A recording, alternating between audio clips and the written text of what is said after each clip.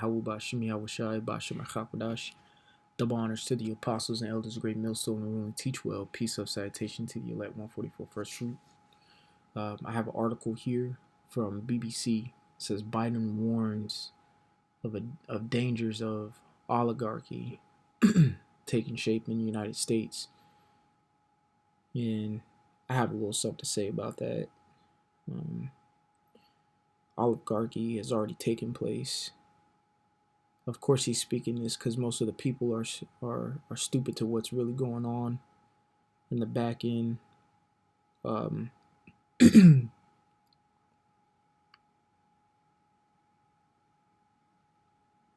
You know, they don't understand that there are elite banking families that ultimately run this place, and that's the oligarchy. Okay, these families that are running the show or running the world, you could say. Okay. So I got this word oligarchy in a simple Google definition. As a matter of fact, I'll bring it up in a etymology as well, since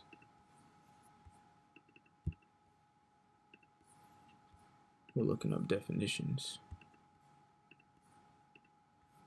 So we get a simple Google search and then we'll get the origin of the word. All right, so oligarchy says a small group of people having control of a country, organization, or institution. So we got oligarchy here. It says a form of government in which supreme power is vested in a small exclusive class. All right, it says government by the few. Few, small, little. And automatically, when I think of oligarchy, I automatically think of course, the banking families, the Rothschilds, and things of that nature, but take it even more biblical, the Amalekites. All right? So, Biden, you're not really warning any of the prophets of anything. And really, I believe your warning is null and void because how dumb the people are. The scriptures say the people are led as a sheep to the slaughter. So, this is Genesis chapter 36. We'll start at verse 9. It says, descendants of Esau. Genesis chapter 36 goes into the genealogy or the lineage or the generations of Esau. So Genesis 36 and 1 says, now these are the generations of Esau, who is Edom. All right, Esau, his name is washed away as he. And then Edom, okay, which is red. All right, and it says, verse 9, going down to verse 9, Genesis 36 and 9, it says, and these are the generations of Esau, the father of the Edomites in Mount Seir. Okay. It says, these are the names of Esau's son, Eliphaz, the son of Adah, the wife of Esau, Reuel, the son of Bashemeth, the wife of Esau. It says, and the sons of Eliphaz were Teman, Omar, Zepho, Gatam, and Kenaz. Okay, so we hear Teman a lot. Matter of fact, I'm gonna bring up a scripture that has the word Teman in it. I think, is it Isaiah or is it Jeremiah? Let's just try Jeremiah, either 49 or 50. Let's just do 49.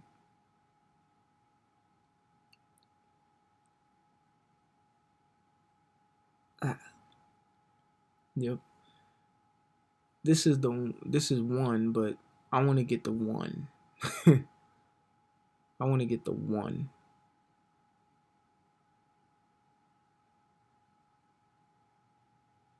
Jeremiah 49 and 20. Matter of fact, we can read Jeremiah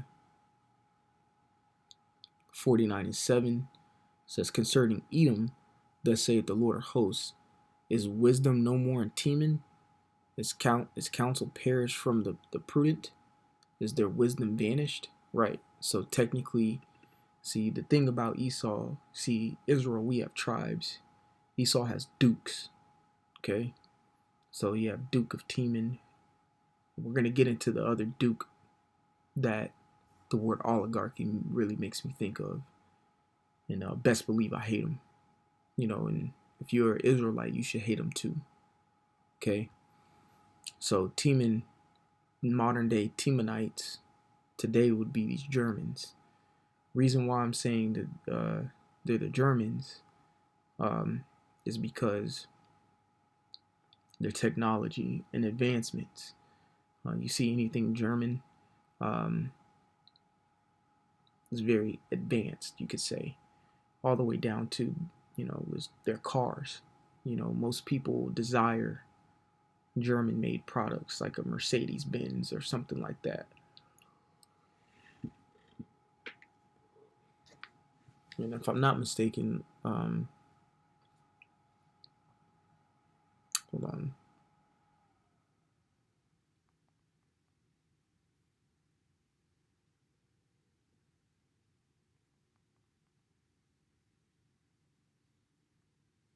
Yeah. Yep. That's what I thought. Volkswagen is German. Audi, BMW, Mercedes, and these are, I want to say, like Porsche's German too. Um, Porsche's German too.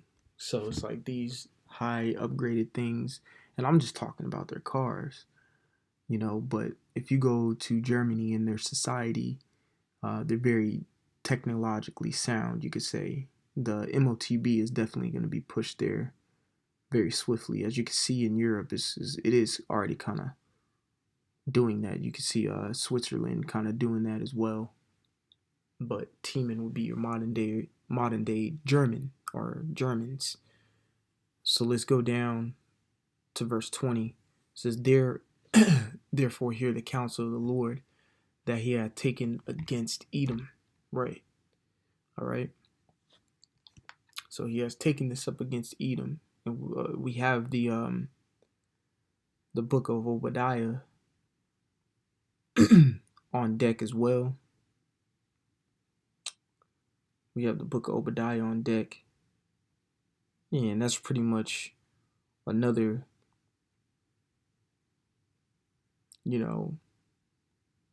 counsel that the Lord took up against Esau as well. And even so, that word counsel here, that simply means like a purpose, or implication or a plan, or implication of a plan, if that's good wording. And it also means prudence, which would be like wisdom. So it says, therefore hear the counsel of the Lord, or therefore hear the wisdom of the Lord and his purpose that he's about to bring, which is going to say later in this verse, is that he had taken against Edom in his purposes. Exactly. So it goes that in his purposes go back to the counsel, because counsel means implication or plan or purpose. In this case, also too means prudent, or prudent means wisdom. So what this is saying is, listen to the wisdom of the Lord that he has against Esau, and understand his wisdom in his purpose in his wisdom against Esau. So it says that he hath proposed against the inhabitants of Teman. All right, that he has against Teman. All right, so Temanites, that's another, Duke of Edom. It says, surely the least of the flock shall draw them out. Surely he shall make their habitations desolate with them. If I'm not mistaken, if you go over one more verse over, you'll literally say the same thing word for word, bar for bar. All right, that wasn't funny, but it does say that. Let me try to find it real quick.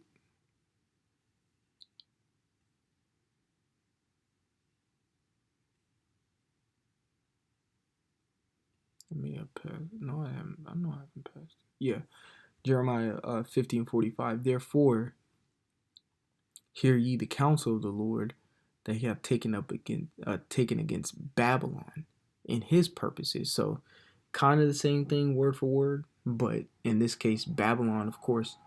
Now we know Jeremiah was during the time of the Babylon. He was during the time of when Babylon was ultimately about to destroy um, Israel. Now, I'm gonna get back on topic. I just wanted to prove that point. Second Chronicles, the 36th chapter, around where it starts talking about Zedekiah, because Zedekiah didn't listen to Jeremiah, and it says Jeremiah's name in here. Yeah, this is Second Chronicles 36 and 11. Zedekiah was 120 years old when he began to reign, and reigned 11 years in Jerusalem. And he did which was evil in the sight of the Lord, in the sight of the Lord his power, and humbled not himself before Jeremiah the prophet, speaking from the mouth of the Lord. And you could really read a lot about what was happening here in Jeremiah the 25th chapter. He explains a lot that was going on, but back to Jeremiah 50 and 45, you know, he had a prophecy against Babylon, and this time it was actual Chaldeans, with Nebuchadnezzar, so on and so forth, around the time of like 603, 600 BC ish, because that's when ultimately the Babylonians started to come in power. Of course, they had you had the Battle of Megiddo, and then you had the Battle of Carchemish, which ultimately, I think the Battle of Carchemish ultimately wiped off the Assyrians off the face of the planet, like just they're done for, and heavily crippled to the point that they never could come back into rulership, and that's me speaking about Egypt. All right. That happened during the Battle of Carchemish. That's when Nebuchadnezzar II came against, them, and really the Chaldeans started to rule, and that was about like 605 BC. So Jeremiah, you got to understand what time frame he was prophesying in. And that time during Zedekiah was about like 597 to 586 BC. When Jeremiah was telling Zedekiah, is like, look, bro, you need to get your shit together, or the Lord is gonna, sick these people on us, sick them, So that's why he's saying against Babylon. It says in his purpose that he hath proposed against the land of the Chaldeans. All right. There's these modern day Americans. When you take this script and make it modern, it says, surely the least of the flock shall draw them out. Surely he shall make their habitations desolate with them. And that's really coming at, if you want to prophesy about it in today's time, it's telling that America is going to be destroyed straight up, and Biden's sitting here talking about oligarchy. And the main reason America is going to be destroyed is because of the oligarchy. So going back to Genesis 36 and 12 now, it says, and Timnah was concubine to Eliphaz, Esau's son, and she bare to Eliphaz Amalek. All right. These were the sons of Adah, Esau's wife. Okay. So Amalek, Duke, Duke Amalek. Let me see if it calls him a Duke here. Yeah. Yeah, Duke Timon, Duke Omar. Of course, that was those sons of Eliphaz. Keep going down here. See, this is why we know our enemies' generations too. We know Esau's generations. Okay.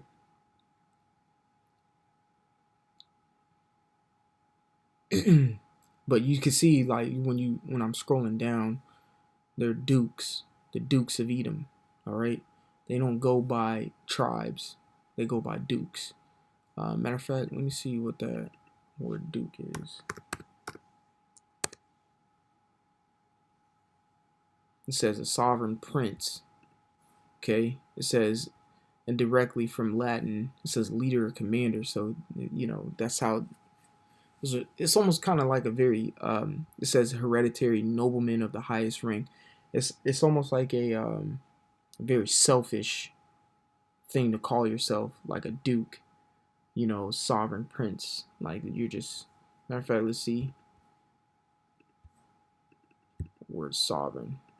It says superior, a ruler, master, one who's superior to or has power over another. It says a lord or a ruler. All right. Highest. You see that? So calling yourself a duke is pretty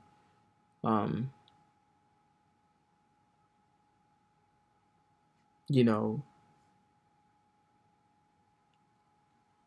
calling yourself a duke is pretty, proud, you could say. You know what I'm saying? So that's why he calls himself dukes.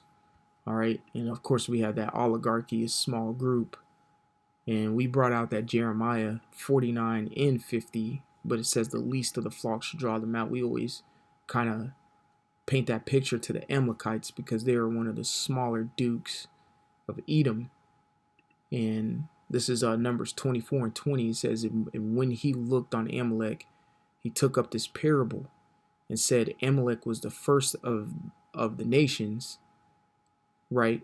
Because he was the first grandson of Esau, which we read in the generations of Esau in Genesis 36 chapter. But his latter end shall be that he perish forever. Exactly. You go into these like Bible dictionaries, it'll clearly said this is the only nation that the Lord will not show mercy on. Also going to the book of Hebrews, of course, how he's profane, and the word profane means outside of the temple in a biblical fashion. Okay. And why they're going to perish forever? Because of Exodus 17 and 16. It says, for he said, because the Lord has sworn that the Lord will have war with Amalek from generation to generation. Right. So we're still fighting against Amalek right now, and ultimately coming up book of Obadiah, okay, which has teaming in it again. This is Obadiah 1 and 9. It says, in thy mighty men, O Teman, shall be dismayed to the end that every one of the mountain of Esau may be cut off by slaughter. And that's what's going to happen. Because, verse 10, for thy violence against thy brother Jacob, shame shall cover thee, and thou shalt be cut off forever. This is the only set of people on the planet Earth that says this, about them. Elamites, Ammonites, all of them, they're going to be in the kingdom, not, hear me out, of course, as slaves, but they're not going to be utterly eradicated. They're going to be prepped as tributaries and slaves. They're going to be breeded as slaves, so on and so forth. But Esau is going to, do his service and his time, and then ultimately be fully eradicated. And our offspring are not going to know or ever see what an Edomite is. They'll hear about it through the stories that we may have in the scrolls in the kingdom. But me just saying that is a beautiful thing, because they're a cancer to the earth and they have to dip. But the oligarchy is the Amaleks, or Amalekites, all right, which are these Rothschilds, these DuPonts, these Rockefellers, these Vanderbilts, so on and so forth, these elite banking families. I just got done watching a show, American Primeville.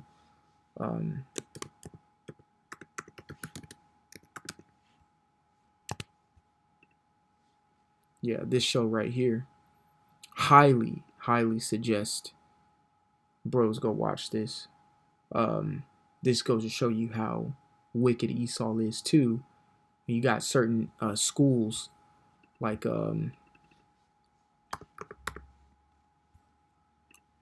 like BYU, all right, named after these devils that were depicted in American Primeville, all right. And also too, you have another, see, like prime example, the Utah Utes, named after, a Gadite tribe, man. These fucking devils.